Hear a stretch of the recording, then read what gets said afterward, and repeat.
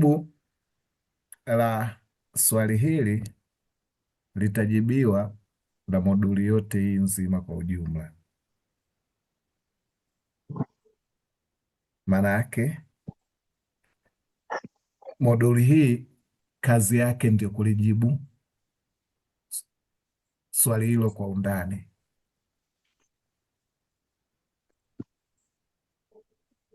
ila insight ambayo tunaondoka nayo ama tunaenda kuanza nayo kama msingi ni kwamba direction tells us where price moved, lakini pressure helps explain why it moves.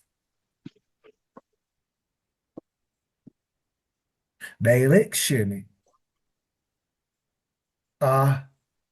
hutuambia ama hutuonesha kule ambako bei imeenda, lakini pressure hutuambia kwa nini imeenda kule.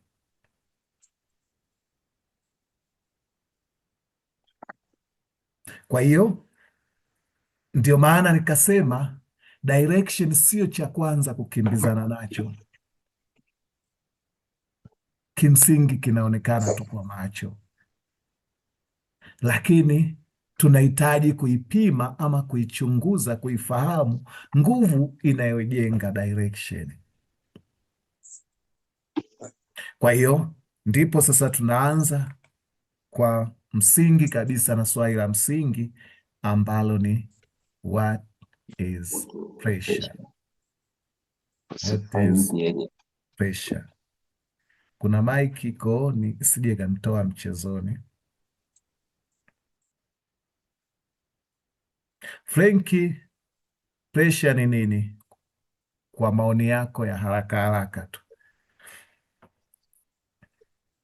Kesho kwa Kiswahili cha haraka haraka ni kama msukumo, kinachosukuma Kinachosukuma au kinachopelekea mwendo, sijui tuseme. sawa. Daudi, unasemaje? Siko mbali na yeye, ni kama ni kichocheo, mimi naongezea na kichocheo cha kitu fulani. Kichocheo ndio nini sasa? Kuna kuni hapo? Hata kuni ni kichocheo cha moto unazidi kuwaka. Hebu fafanua, wanaacha kutuletea terminology ngumu za Kiswahili. Kichocheo ndio nini? Kichocheo ndio msukumo. Kitu gani kinapelekea kitu fulani kutokea? Ukiondoa neno kichocheo, huna neno lingine?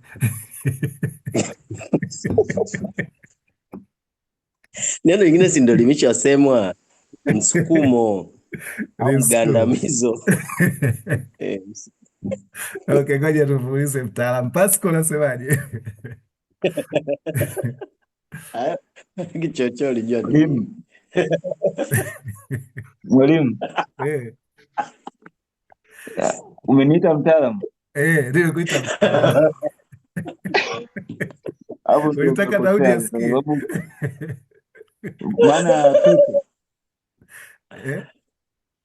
Maana ya pressure. Ndio. Pressure ni mgandamizo ambao unachukua nafasi au unachukua eneo fulani hivi. Yaani sitaki mtumie maneno makubwa. Hebu usitumie neno mgandamizo. Pressure ni nini? Anza upya. Pressure ni mrundikano. Sawa. Haya. Okay, tuendelee. Haya yote ni sawa na mengine mmeongea. Okay, Manga, karibu. Manga amenyosha mkono. Asante mwalimu. Hapo labda mimi nichangie kidogo. Ndio. Kwa mimi uelewa wangu nafahamu kwamba pressure ni kama shinikizo au tumie yale maneno magumu, yani shinikizo au nguvu inayotumika kwenye eneo fulani. Sawa, ngojeni nibadilishe swali. Pressure ya soko ni nini?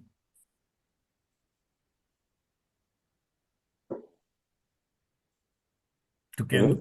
Hapo hapo Manga, kabla mkono wako hujashuka, presha ya soko ni nini? Hebu acheni na mambo ya moto si nini, ni kichocheo si.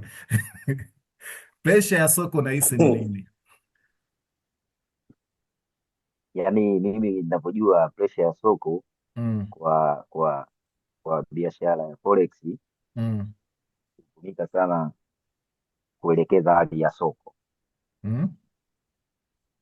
Mm. Yaani mimi ninavyojua ni pressure ni hutumika sana kuelekeza hali ya soko jinsi ilivyo. Kuelekeza. Mm. Eh, Mwalimu, Ngoja kwanza, mtu mmoja mzima kidogo namwona ni Frenki. Frenki, hebu unahisi presha ya soko ni nini? Nyie Nafikiria wengine pesa wagonjwa soko sana. labda Mhm. ni price, ipo kwenye price, kwenye kupanda na kushuka. Ndio presha ya soko. Yani kipi kinachopelekea soko lipande au lishuke? Daudi, unasemaje? Hilo swali ni pana, ila mi nilijibu kina pressure ya soko. Mi naona ni mtazamo wa washiriki, Mm. ndio. Pasco, malizia. presha ya soko Mm. hapo ni kama ile mtandao unasumbua.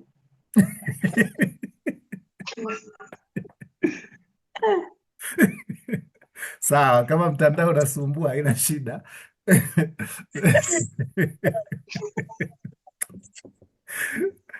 Kimsingi hayo mengi mliyoyaongea ni sehemu ama yanahusiana na presha. Kwa hiyo tukiiweka tu kwenye kile ambacho, kwa sababu definition ni nyingi kimsingi, ila definition ambayo sisi tutakuwa tukiitumia, tutasema kwamba pressure ability to create progress.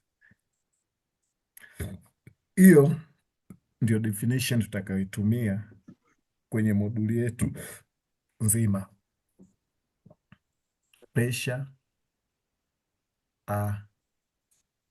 hebu tutafasirie nani Pasco, mtaalamu. Naamini hapo mtandao Kwamba hautasumbua. pressure Mm. ability to create progress, kwamba ni uwezo wa kutengeneza ni ule uwezo wa kutengeneza mwelekeo au direction. Daudi anaweza akabisha. Daudi, wewe unasemaje?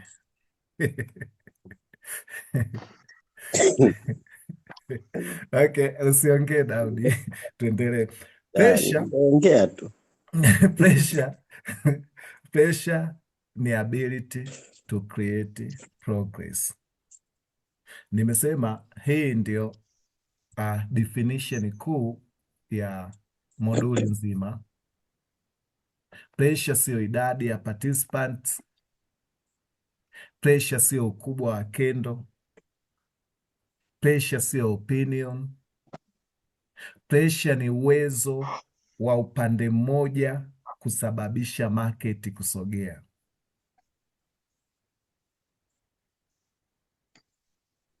Nikirudia tena, pressure ni uwezo wa upande mmoja.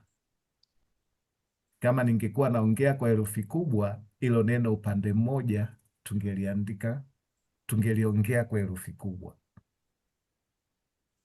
Pressure ni uwezo wa upande mmoja kusababisha market kusogea. Fikiria kwa mfano, fikiria kwamba buyers labda wako 1,000 wanaendelea kubai, wanaendelea kununua, lakini market haipandi, haisogei juu.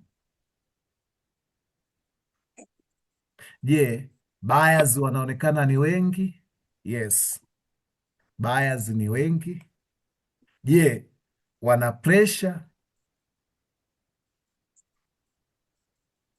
Hilo swali anijibu Daudi. Hawana. Daudi anasema hawana. Jibu ni kwamba hatuna ushahidi bado, kwa sababu sisi tunachojua ni no progress, no proof of pressure.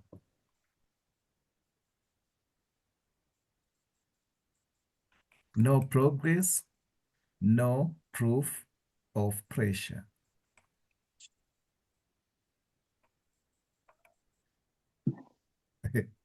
Ajibu ya shortcut. Fikiria tena. Sellers ni wachache, lakini market inaendelea kushuka kwa distance nzuri. Sasa hapo maana yake tunaona progress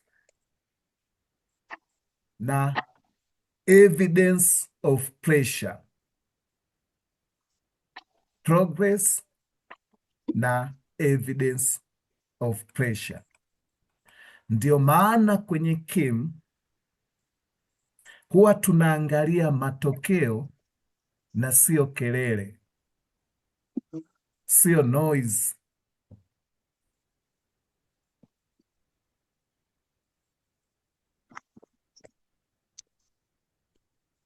Traders wengi huwa wanakuwa confused. Traders get confused kwa sababu retailers, tukiongelea traders ambao ni wanawasema au ma mindset ambao wanapenda kuivunja ni ya retailer. Retailers wengi huwa wakiona labda bullish candle, wao wanaona kama bullish pressure, lakini si lazima. Bullish candle inaweza kuwepo, lakini market ikashindwa kufanya progress, na hapo ndipo pressure inaweza kuwa ni dhaifu kuliko inavyoonekana.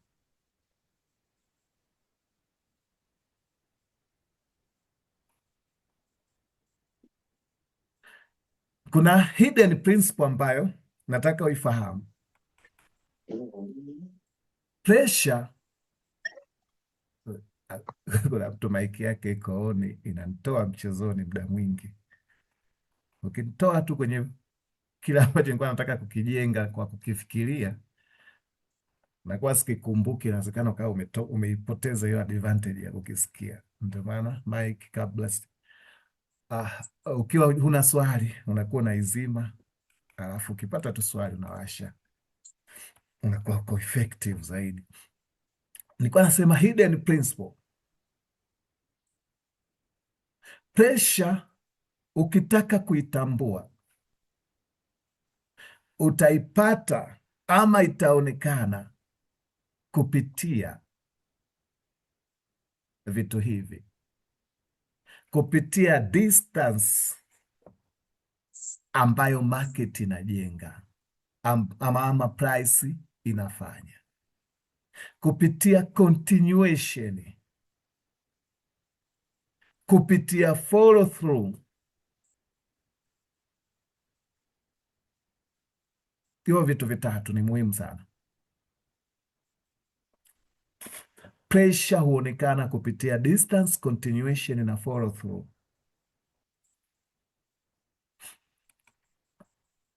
Fikiria price iko hivi, inapanga kendo kama hivi,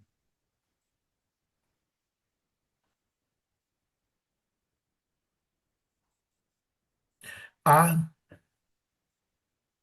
hapa ni ngumu kuweza kusema kwamba nani ana control price, lakini pale tutakapo, kwa sababu gani? Tunaona price ikiwa katika distance sa yani zina kama hapo tayari imeshanitoa mchezo. Tunaona price ikiwa katika level ziko sawa, buyers na sellers ni kama wana nguvu sawa tu. Kwa hiyo ni ngumu kuweza kuitambua pressure. Kila wakati pressure ipo, lakini si tunataka pressure ambayo imedominate mchezo, imedominate direction, imedominate mnada. Kwa hiyo tutaona pale ambapo price imeanza kutengeneza labda distance kwenda upande mmoja. Tuchukulie ile ndi kendo, haijalishi limejikunja kiasi gani, hiyo imetengeneza distance, kendo yenye distance kubwa kuliko hili eneo ambalo ilikuwepo.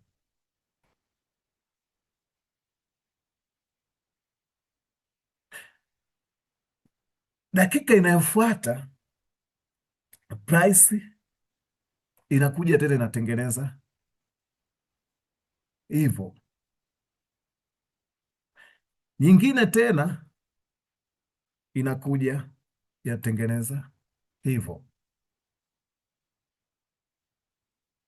Hizi candles ni just representative ya kile ambacho price inakifanya.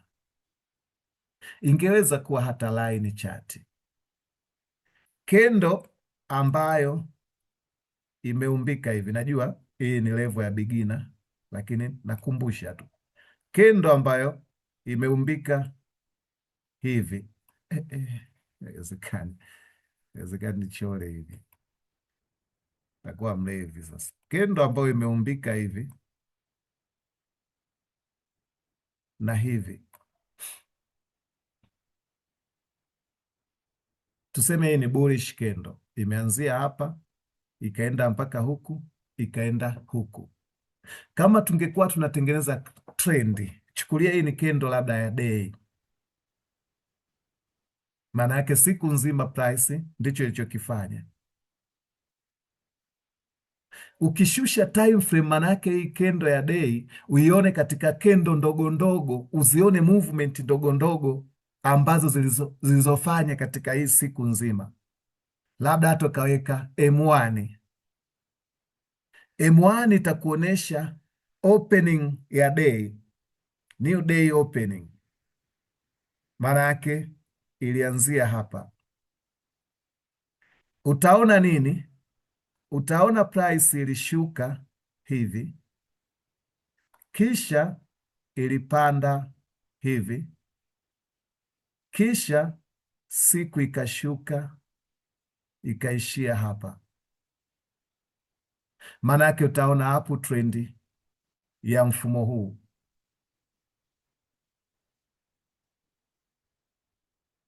Maana yake price ilikuja mpaka huku, kisha ikalitresi mpaka hapa, ndipo siku ikaisha. Lakini unaona kwamba huku ilienda distance, ilishuka huku kisha ikapanda. Kwa hiyo utaona trend ni up trend ambayo imekuwa represented katika kendo moja. Tuko pamoja mpaka hapo Pasco? Nilijua utanyosha mkono. Karibu.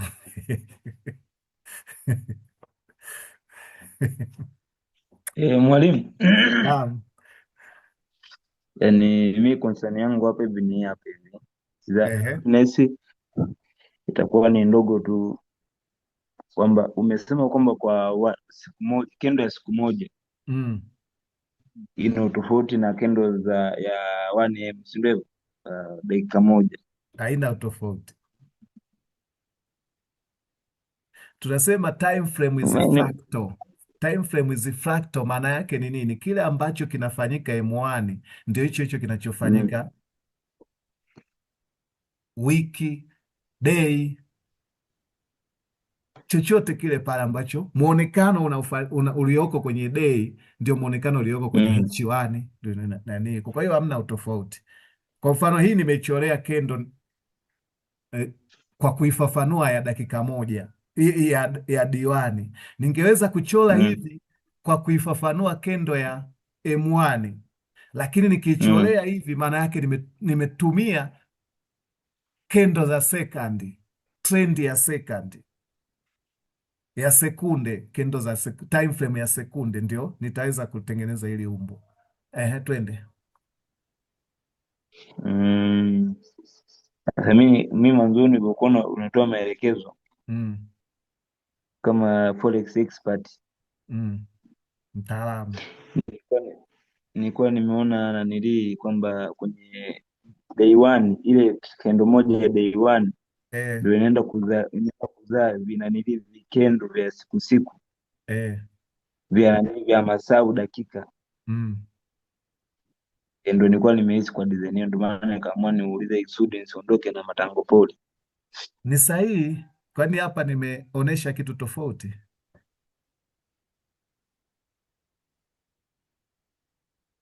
Umeona utofauti gani hapa na concept yako? Ndio kwa nataka sasa niweke vizuri kusudi niondoke na concept sahihi kabisa. Yes, kila time frame kubwa inakuwa na time frame ndogo yake. Ndio maana nikasema hata ningekuwa ni kendo ya M1, lakini chini yake kuna kendo za sekandi, za sekunde. Kwa hiyo hapa tungekuwa tunapanga kendo imeanza, price imeanza kuopen hapa, maana yake sasa kwenye H1 labda tungekuwa tunaona ilianza kushuka, kwa hiyo tungeona hii down trend, kisha tunakuja tunaona up trend huku, kisha hii shadow tunaona tena down trend, alafu siku inafunga. Ila kwenye day 1 time frame ya day 1 tutaona kendo moja ikiwa hivi. Maana yangu ni nini? Kwamba tunaposema distance, kwamba pressure huonekana kupitia distance. Maana yake distance ni movement ya uelekeo mmoja tuseme, ambayo imeonekana sasa hapa kutufichulia kwamba pressure ilikuwa inaelekea wapi, kulikuwa inatengenezwa pressure kuelekea wapi. Pressure ilikuwepo, ila ilikuwa inaelekea juu, lakini kulikuwa na kendo iliyofuata. Nataka kukuja kufafanua follow through ni nini, ila dakika zimeisha. Tukutane session inayofuata, muda wake ukifika. Nikisema hivyo msianze kuwahi kuingia. Ukiwahi kuingia kabla ya muda wa kipindi hujafika, dakika zinajihesabu. Kwa hiyo tunapata dakika chache za kufanya kipindi.